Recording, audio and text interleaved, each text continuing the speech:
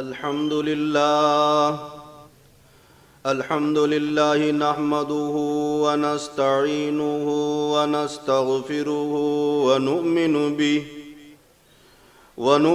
به ونتوكل عليه ونعوذ بالله من شرور أنفسنا ومن سيئات أعمالنا من يهده الله فلا مضل له ومن يضلله فلا هادي له ونشهد أن لا إله إلا الله وحده لا شريك له ونشهد أن سيدنا وسندنا ونبينا وشفيعنا وهادينا ومرشدنا ومولانا محمدا عبده ورسوله أما بعد فأعوذ بالله من الشيطان الرجيم بسم الله الرحمن الرحيم ولا تحسبن الذين قتلوا في سبيل الله أمواتا بل أحياء عند ربهم يرزقون ولا تقولوا لمن يقتل في سبيل الله أموات بل أحياء ولكن لا تشعرون صدق الله مولانا العلي العظيم وبلغنا رسوله النبي الكريم ونحن على ذلك لمن الشاهدين والشاكرين والحمد لله رب العالمين. درود شریف پڑھیے. اللهم صل على محمد وعلى آل محمد كما صليت على إبراهيم وعلى آل إبراهيم إنك حميد مجيد. اللهم بارك على محمد وعلى آل محمد كما باركت على إبراهيم وعلى آل إبراهيم إنك حميد مجيد. طلب ہے اگر دیدار کی، طلب ہے اگر دیدار کی، سجدے جو سر کٹا کے مل. حسین ابن علی تو کچھ قید وفا ہے یار دے، بھاوے بس سے تیرا دامی عاشق نہ ہمت ہار دے.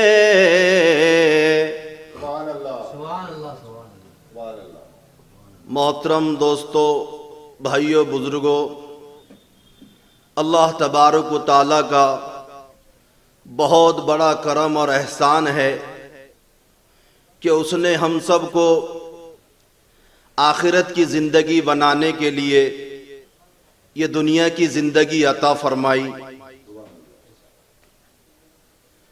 اللہ تبارک و تعالیٰ نے جب سے دنیا کو بنایا تو دنیا میں اپنی توحید سمجھانے کے لیے انبیاء علیہ السلام کا سلسلہ قائم فرمایا تھا. فرمایا وَإِن مِّنْ أُمَّةٍ إِلَّا خَلَا فِيهَا نَذِيرٌ، کہ ہر قوم کو ڈرانے کے لیے میں نے اپنا پیغمبر ضرور بھیجا. تو وقت کے نبیوں نے، وقت کے پیغمبروں نے اللہ پاک جل شانو کا پیغام قوم کے سامنے رکھا اور قوم کے لوگوں کو بتلا دیا کہ درختوں کے پتے پتے پہ، زمین کے ذرے ذرے پہ، پانی کے قطرے قطرے پہ لوگوں کسی کی حکومت نہیں ہے سوائے اللہ کے۔ اللہ تبارک و تعالی قرآن کریم میں ارشاد فرماتا ہے ان الحکم الا للہ، او لوگو حکم اللہ تبارک و تعالی کا چلے گا۔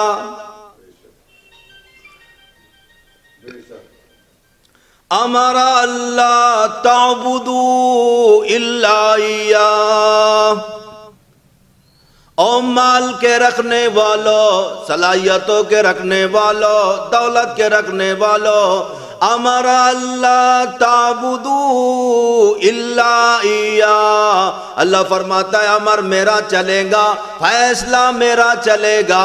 ذالک الدین القیم، میرا دین مضبوط ہے، میرا حکم مضبوط ہے، میرا فیصلہ مضبوط ہے، میرا بھیجا ہوا قرآن کریم اتنا محفوظ ہے کہ ساری کے ساری دنیا مل کر تباہ و برباد ہو سکتی ہے، مر سکتی ہے۔ اللہ نے چیلنج کر دیا، میرے کلام کا ایک لفظ کا نقطہ بھی کوئی تبدیل نہیں کر سکتا۔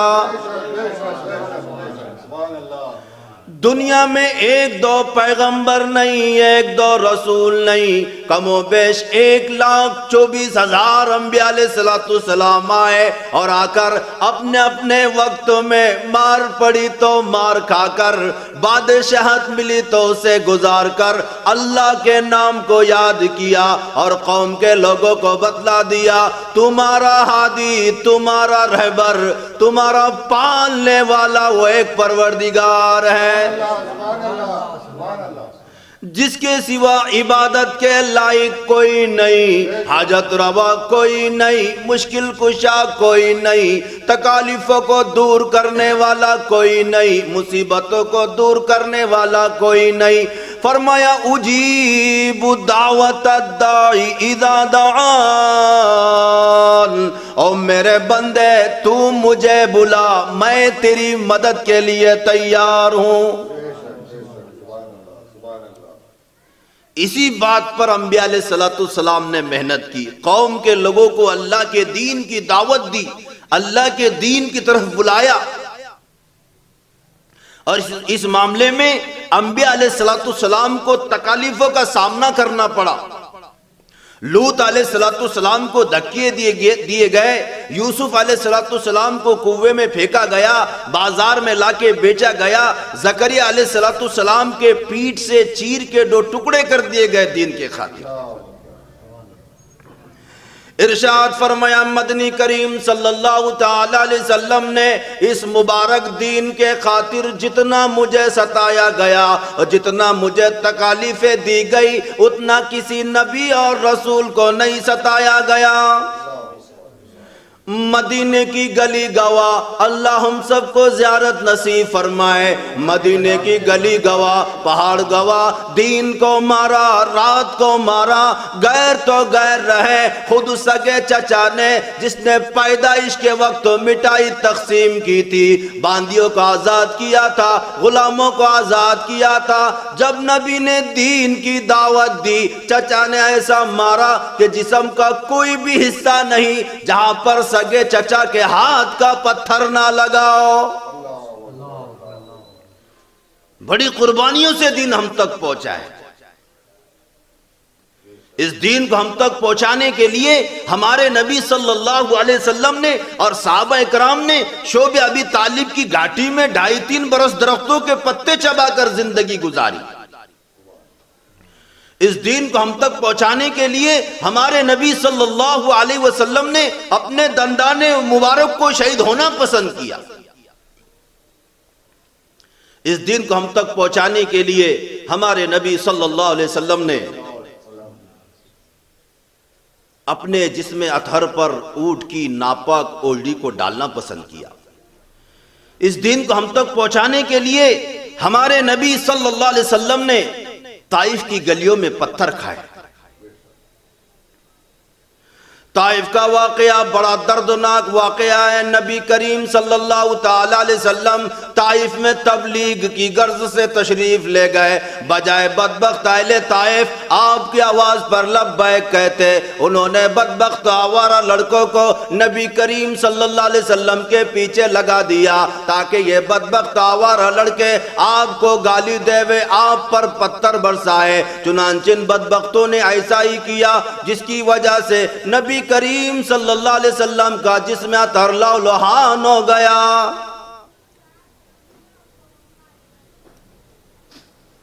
اللہ تعالیٰ کو جوش آیا، فرمایا جبرائیل جاؤ، میرے محبوب کے خون کے قطرے کو زمین پہ گرنے سے پہلے اپنے پروں سے روک لو، ورنہ کہیں ایسا نہ ہو جائے کہ میرے محبوب کے خون کے قطرے کا زمین پر گرنا ساری دنیا کی تباہی اور بربادی کا سبب نہ بن جائے۔ جبرائیل علیہ السلام آئے، اپنے پروں سے خون مبارک کو روکا، پہاڑوں پر مقرر کردہ فرشتے آئے اور عرض کیا یا رسول اللہ اگر آپ حکم دے تو دونوں جانب کے پہاڑوں کو ملا کر بستی کو کچل دیا جائے۔ تو اللہ کے رسول صلی اللہ علیہ وسلم نے فرمایا میں کیوں ان کے لیے قہر الہی کی دعا مانگوں، میں کیوں ان کے لیے قہر الہی کی دعا مانگوں، بشر ہے، بے خبر ہے، کیوں تباہی کی دعا مانگوں۔ تو محترم بھائیوں، یہ دین ہم تک بڑی قربانیوں سے پہنچا۔ اللہ کے رسول صلی اللہ علیہ وسلم نے قربانی دی، ان کے گھرانے والوں نے قربانی دی۔ سیدنا حسین رضی اللہ تعالیٰ عنہ بڑے اونچے مقام اور مرتبے کے مالک ہیں۔ شعبان کی 5 تاریخ کو مدینہ منورہ میں پیدا ہوئے، نام خود حضور اقدس صلی اللہ علیہ وسلم نے رکھا، اپنے منہ مبارک میں کھجور چبا کر سب سے پہلے سرکار دو عالم صلی اللہ علیہ وسلم نے گھونٹی دی۔ ہر روز تشریف لاتے، پیارے نواسے کو پیار کرتے، پیشانی پہ بوسہ دیتے۔ علماء اکرام نے لکھا ہے مدنی کریم صلی اللہ علیہ وسلم نے اتنے پیار کیے، اتنے بوسے دیے کہ حضرت حسین کی صورت آقا دو عالم صلی اللہ علیہ وسلم کے صورت کے مشابہ ہو گئی تھی۔ تم ذرا صابن لگا کر پاؤڈر لگاؤ، تمہارا چہرہ چمک سکتا ہے۔ حسین جس کے چہرے پہ، جس کے پیشانی پہ ہزاروں مرتبہ اس ذات نے پیار کیے ہو، اس ذات نے بوسے دیے ہو، جس کے چہرے انور کے سامنے 14ویں کے چاند کا کوئی مقام نہیں، چمک گیا چہرہ۔ صحابہ کہتے جب کئی مرتبہ دل کہتا نبی کریم صلی اللہ علیہ وسلم کی صورت کو دیکھے، ہم حضرت حسین کی صورت کو دیکھ کر اپنے دل کو بہلا لیتے تھے۔ آج تیرا بچہ اپنی نانی کی گود میں کھیلے گا، اپنی اماں کی گود میں کھیلے گا، حسین سرکار دو عالم صلی اللہ علیہ وسلم کی گود میں کھیلا کرتے تھے، بہت زیادہ پیار فرماتے۔ تھوڑی سی عمر کے بچے تھے، تربیت کی، نماز خود حضور اقدس صلی اللہ علیہ وسلم نے سکھائی، کلمے سکھائے، اور اتنی تربیت کی کہ بیت المال سے گزر رہے ہیں، مسجد نبوی میں صدقے کی کھجوریں پڑی ہوئی ہیں، نواز رسول نے ایک کھجور اٹھا کر منہ میں دے لی، سرکار دو عالم صلی اللہ علیہ وسلم کی اس پر نظر پڑی تو یہ نہیں فرمایا بیٹا اپنے لیے جائز نہیں، بلکہ نانا نے اپنے نواسے کے حلق میں انگلی دے کر کھجور کو باہر نکالی، فرمایا بیٹا صدقے کا مال ہے، سید کے لیے حرام ہے، میرے لیے، میرے اہل کے لیے جائز نہیں۔ ایک زمانہ تھا کہ سید کے لیے صدقے کا مال حرام تھا، اب تو انشاءاللہ کچھ بھی نہیں چھوڑتے۔ اور اکرام اتنا کہ مدنی کریم صلی اللہ تعالی علیہ وسلم بیت اللہ میں نماز پڑھ رہے، حضرت حسین رضی اللہ تعالیٰ عنہ پشت پہ سوار ہو گئے، نانا کی کمر پہ چڑھ بیٹھے۔ میرے آقا نے سجدہ تو لمبا کر دیا، حسین کو گر کر چوٹ نہ لگ جائے۔ حضرت سلمان فارسی رضی اللہ تعالیٰ عنہ فرماتے ہیں میں فاطمۃ الزہرا کے دروازے پہ گیا اور جا کر کے میں نے آواز دی، یا اہل بیت رسول اللہ انطلموا فی سبیل اللہ۔ او پیغمبر کی لخت جگر، مسافر بھوکا ہے، کچھ کھانا چاہیے۔ اندر سے آواز آتی ہے، اللہ والے میرے حسن حسین کے چہرے کو دیکھو، بھوک کی وجہ سے کمزور ہے، آج 4 دن کا فاقہ ہے۔ نبی کی گود میں کھیلنے والے، نبی کی کندھوں پہ سواری کرنے والے مدنی کریم صلی اللہ تعالیٰ علیہ وسلم کی لخت جگر نے ایک ایک وقت میں 3 کام کیے۔ حضرت فاطمہ ایک ہاتھ سے جھولا جھلاتی تھی حسین کا، ایک ہاتھ سے مزدوری کی چکی چلاتی تھی، زبان سے خدا کا قرآن پڑھتی تھی۔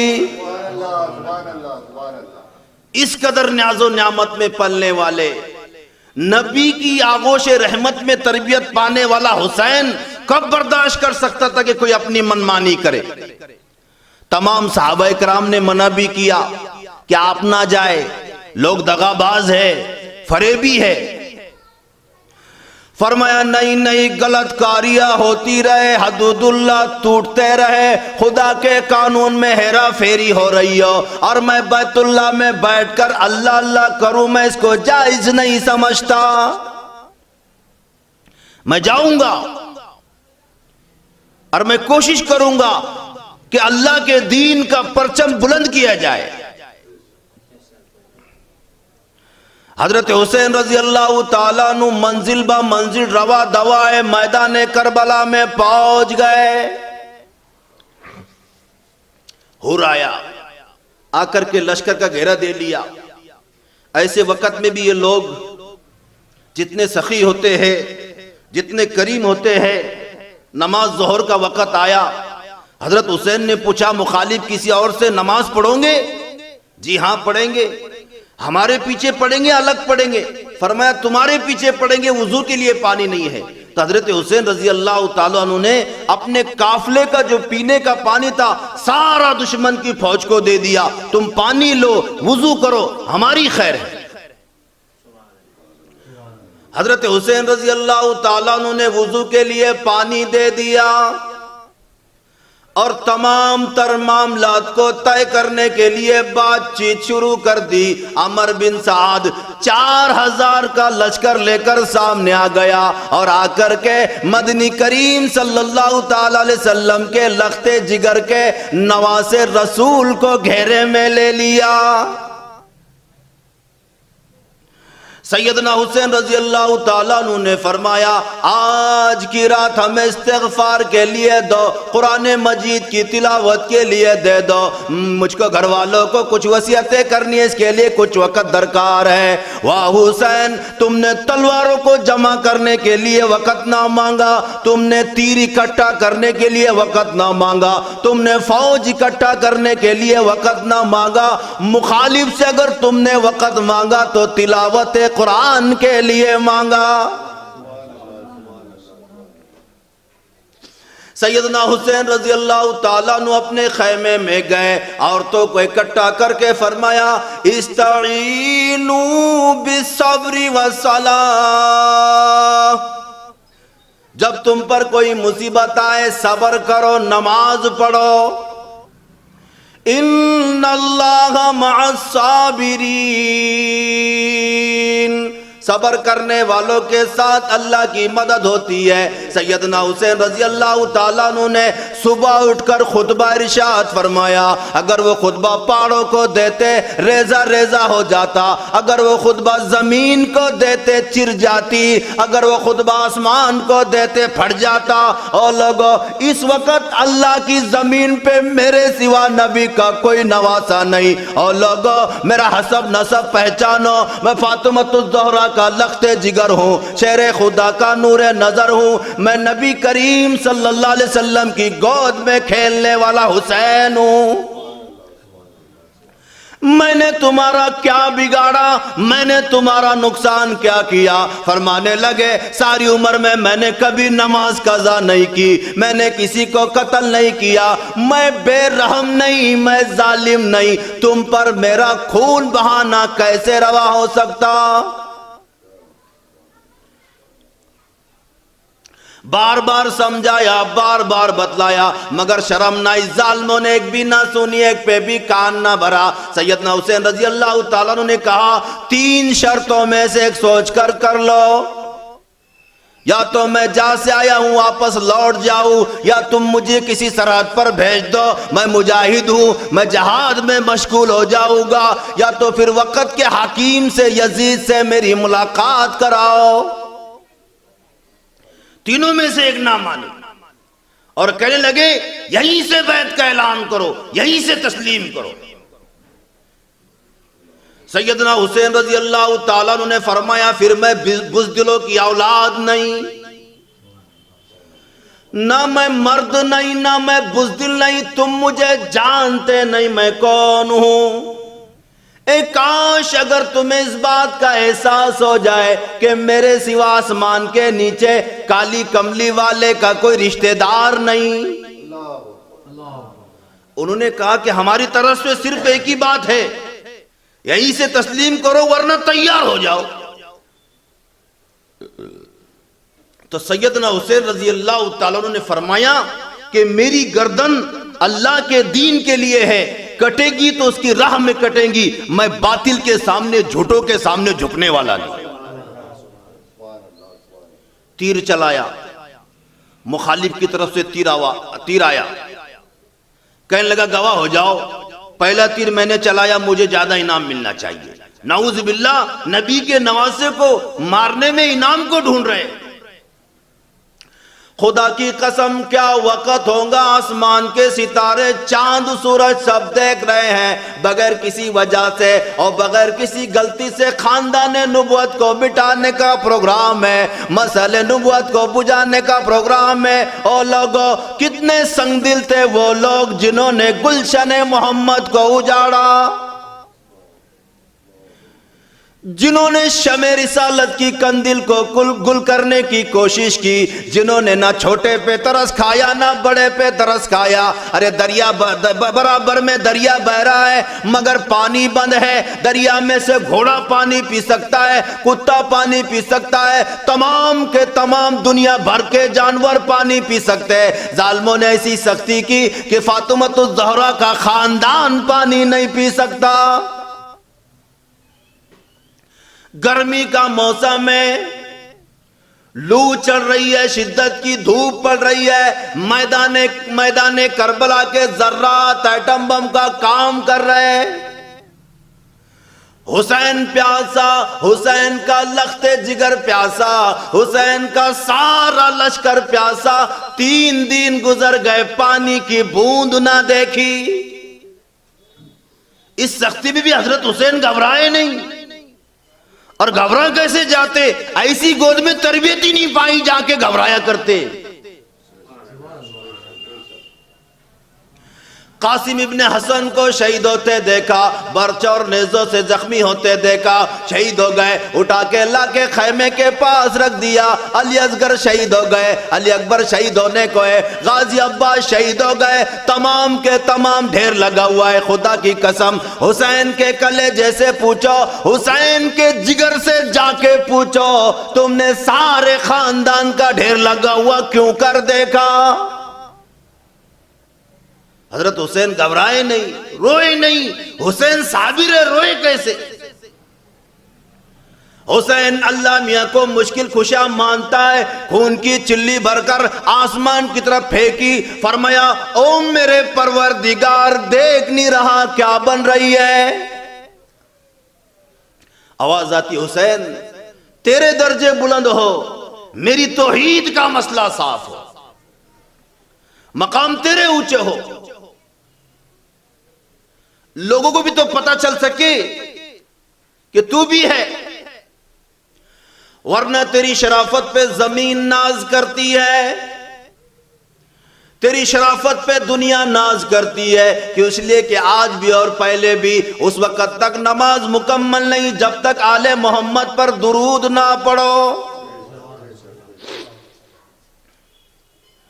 فرض نماز مکمل نہیں، نفل نماز مکمل نہیں، واجب نماز مکمل نہیں، اس لیے کہ پڑھو ہر دم درود اس پر، شجاعت ہو تو ایسی ہو، پڑھو ہر دم درود اس پر، شجاعت ہو تو ایسی ہو، علی بابا نبی نانا شرافت ہو تو ایسی ہو۔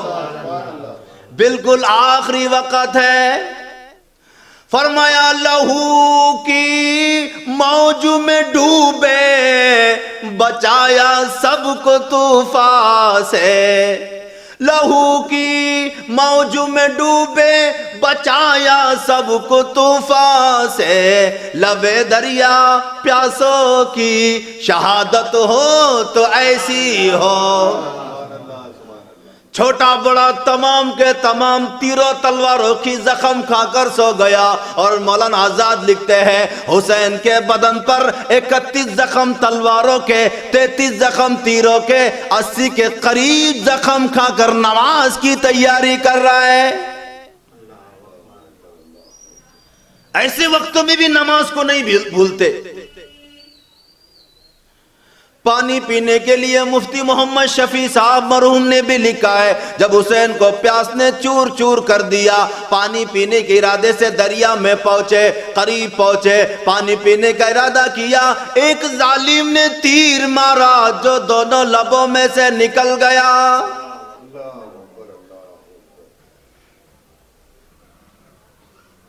واپس آئے، نماز کا پروگرام ہے، سید نماز کے بغیر رہ نہیں سکتا، کہتا ہے تیمم خاک سے ہوئے،